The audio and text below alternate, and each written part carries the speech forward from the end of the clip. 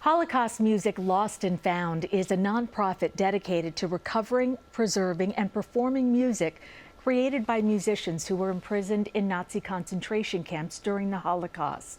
This Wednesday at the Hebrew Union College, you can join a group for a presentation of the book Sing, Memory, a remarkable story of the man who saved the music of the Nazi camps.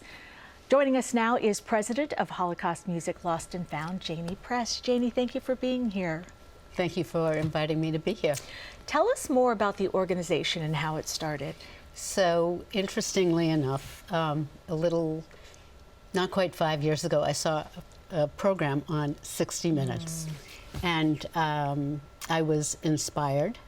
It was about music that was written in the camps. And although I knew about the Holocaust, and I had read about the Holocaust, and certainly have seen a number of movies about it, I never saw or knew about the music, and that there was this extraordinary ability to exercise their creative genius and hold on to what lifted their spirit. Let's talk about Wednesday's event and what people can expect. Well, this book is probably one of the greatest books I've ever read. And I've had the honor to meet with Makana Ayer, who wrote the book, and Brett Werb, who's the musicologist at the United States Holocaust Memorial Museum. And it's a story really about a wonderful bond between two prisoners, Alexander Kulishevitz and Rosemary Darguto.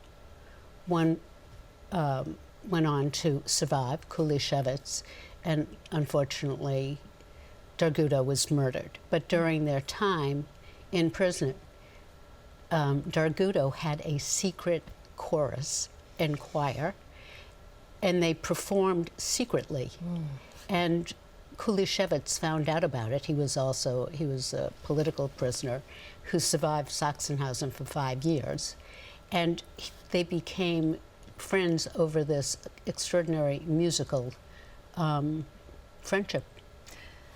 Let's talk about the overall goal of Holocaust Music Lost and Found, and talk about the importance of preserving the history. Well, that's a great question, because the importance is that as the survivors are now in their 80s and 90s, and unfortunately, will not be with us much longer, this part of history is essential to be perpetuated. Certainly with the importance of anti-Semitism and hate, having this story through music of how people were able to, show their resistance by writing it, by continuing with their craft that they loved.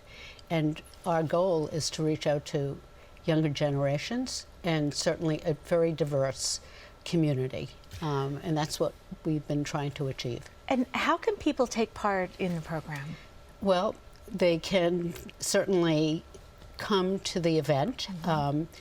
We do about 4 events in New York City every year, and we just started reaching out to New York City high schools. We did our first high school program back in January with the Williamsburg High School for Architecture and Design. We had 100 kids, very diverse backgrounds.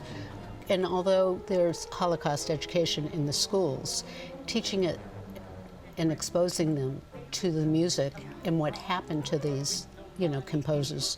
Some were murdered, some went on to live, what their lives were like after the war, and the struggles of, being a creative force and still being able to do what you love.